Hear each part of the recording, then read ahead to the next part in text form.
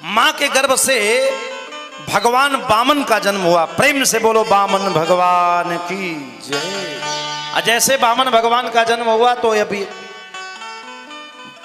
ब्राह्मण कुल में जन्म हुआ है तो नियम है कि ब्राह्मण को यज्ञोपवीत जरूर पहनना चाहिए।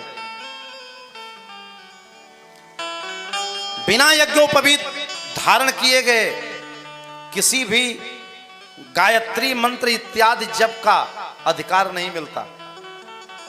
तो भगवान का यज्ञोपवीत संस्कार होना था, जनेऊ होना था।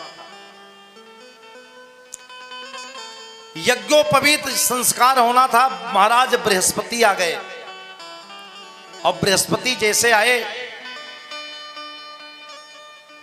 बृहस्पति जी ने यज्ञोपवीत संस्कार संपन्न कराने की योजना बनाई। और यज्ञोपवीत संस्कार होता है तो आप लोग देखते होंगे कि मंडप रहता है। जिसका यज्ञोपवीत होता है वो बटुक ब्रह्मचारी के रूप में भिक्षाटन करता है और जो भिक्षा मिल जाती है वो ला करके आचार्य को देता है। ऐसा शास्त्र में नियम बनाया गया है कि वह जो बटुक होगा वो अपने लोगों के बीच जाएगा, वो भिक्षा मांगेगा। जो भिक्षा मिलेगी उसको आचार्य को गुरु दक्षिणा के रूप में देगा। वामन भगवान भी जब भिक्षा मांगने के लिए चले तो सब देवी देवताओं ने, मां अन्नपूर्णा ने पात्र दे दिया, किसी ने छतरी दे दिया, किसी ने कमंडलू दे दिया, सब देवी देवताओं ने कुछ न कुछ दिया। और जो कुछ प्राप्त हुआ था वामन भगवान को ले जाकर के गुरु बृहस्पति को देने लगे। बोले महाराज जो भिक्षा प्रसाद मिली है वो आपके चरणों में समर्पित करता हूं। महाराज बृहस्पति जी ने कहा इतने दक्षिणा से काम नहीं बनेगा। बोले तब? बोले इसके बदले में तीनों लोगों का राज्य देना होगा हमको। वामन भगवान बोले मैं आपको तीनों लोगों का राज्य कहां से दे सकता हूं, मेरे पास तो है नहीं। बोले मैं जानता हूं आप कौन है, आप चाहोगे तो मिल सकता है।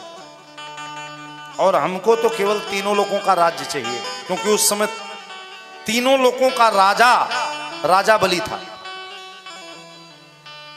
जो राक्षस वंश का था। वामन भगवान ने कहा अब राज्य लेना है और गुरु का आदेश है।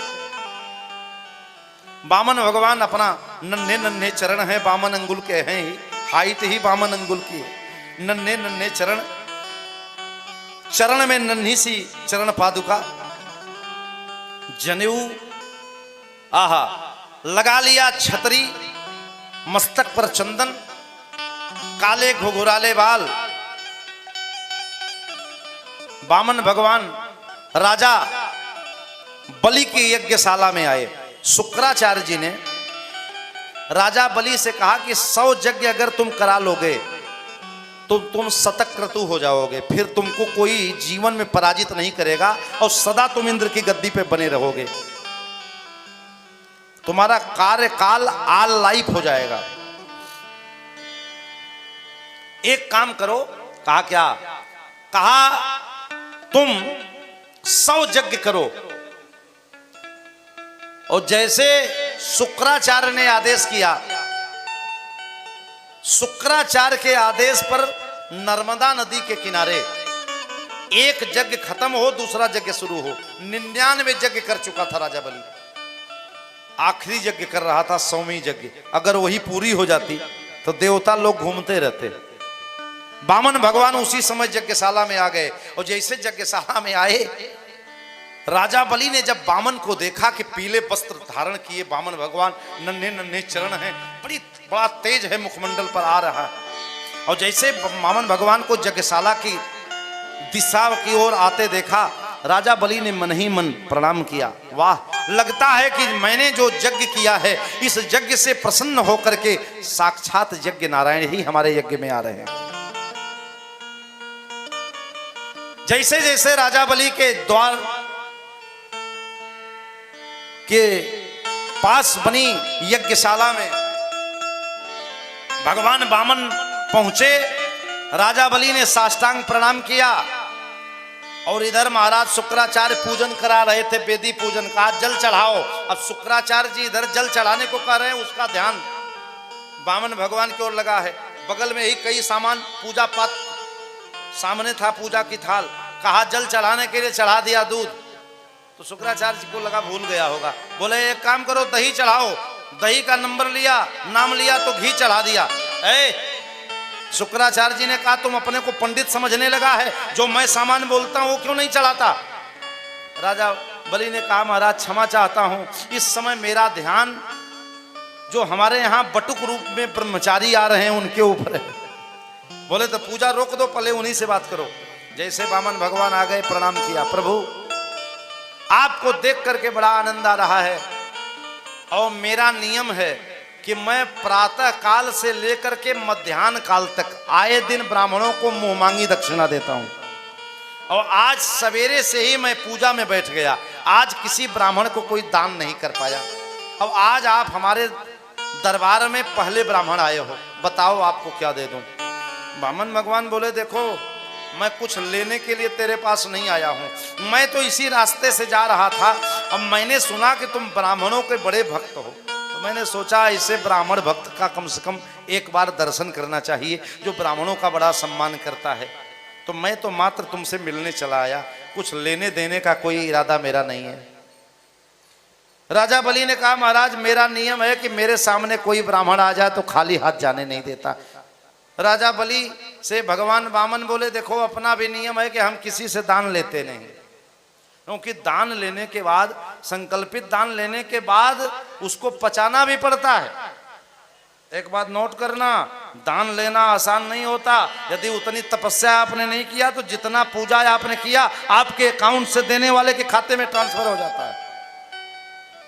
हमारे यहाँ शास्त्र का बड़ा कठोर नियम है, संकल्प में जो आपने सोचा गलती से पूरा नहीं हुआ तो किए हुए सबको रिजेक्ट कर दिया जाता है। जैसे आप कॉपी में सब कुछ लिखो और अगर आपने सही नहीं किया तो माइनस मार्किंग भी होती, चला जाता है सब। और आचार्य के लिए भी नियम बनाया गया कि आपने जिस कार्य के लिए किया है अगर वो नहीं किया तो आप अपनी दैनिक पूजा जो करते हो। आज क्या है, जो पैसे वाले लोग हैं वो मैंने देखा है, विशेषकर जो बड़े बड़े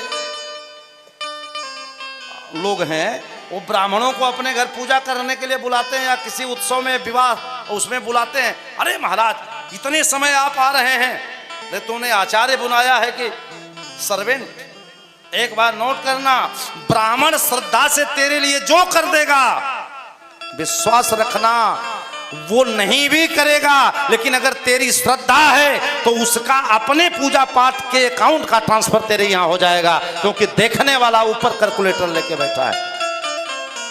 आरसी कट जाएगी। नियम दोनों के लिए बना। और एक बात जान लो, जो दान लेता है और जब तप नहीं करता उसका पुण्य छीड़ होता है और फिर रोड पर आ जाता है। जजमान के लिए भी शास्त्रों में कठोर नियम बनाए गए कि आपको जो नियम है इसका पालन करो, नहीं करोगे तो चले जाओगे। और आचार्य को भी शास्त्रों ने बताया कि आप अगर लेते हो तो आपकी भी एक सीमा होगी, अगर आप नहीं करोगे तो जो मालिक होता है वो सबके लिए नियम देता है। कर्मचारी के लिए अगर नियम है तो अधिकारी के लिए भी नियम है। कर्मचारी पर अधिकारी शासन करता है, आप ऐसा करोगे, लेकिन यदि अधिकारी गलत करता है तो उससे बड़ा जो अधिकारी होता है उसको पदच्युत कर देता है, आप सेवा नहीं कर सकते। आज क्या है, संकल्प का मतलब होता है कि मनसा में जो आपने कर लिया। और आज एक नियम शास्त्र का है कि कभी भी पूजा पाठ में किसी चीज का न्यूनाधिक नहीं होना चाहिए, नहीं तो उसका फल कम हो जाता है। न्यूनाधिक का मतलब कम ज्यादा नहीं। और प्रायः एक गलती लोग करते हैं, जैसे आप जो जप का नियम बनाओ उसको कम ज्यादा मत करो। अगर एक माला का नियम बनाए तो अगर 2 बढ़ाओ तो फिर 1 पर मत आओ ना। अगर गलती से नहीं कर पाए तो किसी दिन समय मिले तो उस कोटा को पूरा करो। ये नहीं कि कभी 3 दिन कर दिया। अब उसका नियम अजपा जप वाला है, वो सामान्य लोगों के लिए नहीं है। उसका भी नियम है कि कैसे ज्यादा कम होता रहता है, लेकिन सामान्य नियम आप जानो। सामान्य नियम यही है कि अनुष्ठान में कम ज्यादा नहीं होता। जो सकाम अनुष्ठान किए जाते उसमें कम ज्यादा नहीं होना चाहिए, 1 होना चाहिए। उसी प्रकार जो हमारे अर्चन के तरीका हो, वो जो हम करें ज्यादा होना चाहिए, उससे कम नहीं होना चाहिए। चाहे वो जप हो, दान हो, जो भी हो, सत्कर्म जो हमने शुरू किया उससे कम नहीं होना चाहिए। या तो उतना हो और या बढ़े तो उससे ज्यादा बढ़े, न्यूनाधिक नहीं होना चाहिए, ऐसा नियम है। न्यूनाधिक करने पर उसका फल नहीं प्राप्त होता, वो फल कम हो जाता है। जैसे कोई आदमी ज्यादा ऊंचाई गया फिर नीचे आ गया, ऐसा नहीं होना चाहिए, ये शास्त्र का नियम है। आज महाराज बलि से वामन भगवान ने कहा कि देखो दान लेना आसान नहीं होता, दान लेकर के उसे पचाना पड़ता है, तो मैं दान लेने वाला ब्राह्मण नहीं हूं। राजा बलि ने कहा महाराज मेरा नियम है कि मैं देता हूं। शुक्राचार्य जी ने कहा विवाद इस बात का चल रहा है कि देने वाला कहता है मैं दूंगा और लेने वाला कहता है मैं लूंगा नहीं। तो शुक्राचार्य जी ने अपने ज्ञान दृष्टि से ध्यान लगा के देखा कि ये कौन हो सकते हैं जो लेने को तैयार नहीं है। शुक्राचार्य जी जब ध्यान से देखा तो वामन भगवान में विष्णु जी का दर्शन होने लगा। दौड़ करके शुक्राचार्य जी आए, बोले चेला इधर आओ। राजा बलि ने कहा जी गुरु जी। कहा ये न बावन है न 53, इनके चक्कर में मत फंसना, नहीं तो तेरा सब कुछ चला जाएगा। और सुनो, बोले महाराज मैंने तो वचन दे दिया, जो आप मांगोगे सो दूंगा। बोले सुनो, वचन वापस ले लो। शुक्राचार्य जी ने कहा देखो 8 स्थान पे झूठ बोलने पे पाप नहीं लगता। क्या कहां कहां? इसका प्रयोग बहुत विशेष परिस्थिति में करना चाहिए। मैं बता देता हूं कब हो सकता है कब नहीं हो सकता। कहां कहां लिखा है भागवत में कि आप झूठ भी बोलते हो तो पाप नहीं लगेगा। कहा स्त्री सुनर्म विवाहे च वृत्यर्थे प्राण संकटे। स्त्री सु पत्नी से कोई हंसी मजाक करने में कुछ आपने बढ़ा चढ़ा के बोल दिया तो उसका दोष नहीं लगता। स्त्री सु नर्म माने हंसी मजाक में, किसी का विवाह न हो रहा हो और आपके झूठ बोलने से उसका विवाह हो जाए तो कोई पाप नहीं है। लेकिन ऐसा नहीं है, आप बहुत डार्क में नहीं रखना। आपने कह दिया कि आपने लड़की को देखा तो आप कह दो हाँ हाँ देखे बहुत अच्छी, आप एक बार अपने स्तर से देख लो। किसी को ब्लैकमेल नहीं करना है, तब तो अपराध हो जाएगा। जैसे आपकी प्रशंसा से न भी अगर देखे हो और कोई आपके कहने पर कोई विश्वास कर ले कि ये कह रहे हैं तो लड़की अच्छी होगी, तो ये कह सकते हो कि हाँ हमने देखा है, तो झूठ नहीं है। अब इसका प्रयोग गलत मत कर लेना। भागवत में लिखा है तो आप न भी देखो तो किसी लड़की के बारे में वो गड़बड़ भी हो तो चढ़ा बढ़ा के बता दो, उसमें नहीं आएगा। इसका इतने प्रयोग कर सकते हो कि आप पर अगला विश्वास करता हो और पूछ ले कि आपने देखा है, तो नहीं भी देखे हो तो उसकी प्रशंसा करो, बहुत अच्छी लड़की है आप एक बार देख लो, तो ये उसमें आएगा। और जानबूझ करके फंसाना ये नहीं आएगा। विवाहे च वृत्यर्थे, पूरी संपत्ति अगर दाव पे लग जाए, एक बार झूठ बोलने से सब बच जा रहा हो, ऐसी कोई परिस्थिति आ जाए कि आप एक बार कुछ कह दो तो सब कुछ जा रहा हो आपका, एक बार जीवन में बोल सकते हो, क्षमा हो जाएगा। लेकिन इनकम टैक्स सेल टैक्स के लिए नियम नहीं है उसमें नहीं चलेगा। प्राण संकट में हो, आपके एक बार झूठ बोलने से आपका जान बच रहा हो, तो आप एक बार जान बचाने के लिए बोल सकते हो। वृत्यर्थे प्राण संकटे, गौ ब्राह्मणार्थे, किसी गौ माता के हित की रक्षा हो, कोई गोचर की जमीन घेर रहा हो, कब्जा कर रहा हो, आपके गवाही देने से गाय की जमीन बच जाए तो कोर्ट में भी तुम अगर करते हो तो क्षमा रहेगा, अर्थात गाय के लिए सही आपने दे दिया कोई बात नहीं। गाय की हो, गाय की रक्षा हो जाए, चाहे जमीन हो चाहे जैसे भी रक्षा हो जाए, ये बड़ा व्यापक शब्द है। गोचर, गो की रक्षा, ब्राह्मण की रक्षा, ब्राह्मण के कल्याण के लिए झूठ भी बोलना पड़े तो कोई बात नहीं चलेगा। और किसी आदमी को कोई मार रहा हो, कोई आदमी हो, यदि उसका प्राण आपके झूठ बोलने से बच जाए तो झूठ नहीं। इन स्थानों पे झूठ बोलने पर पाप नहीं लगता। कहां कहां?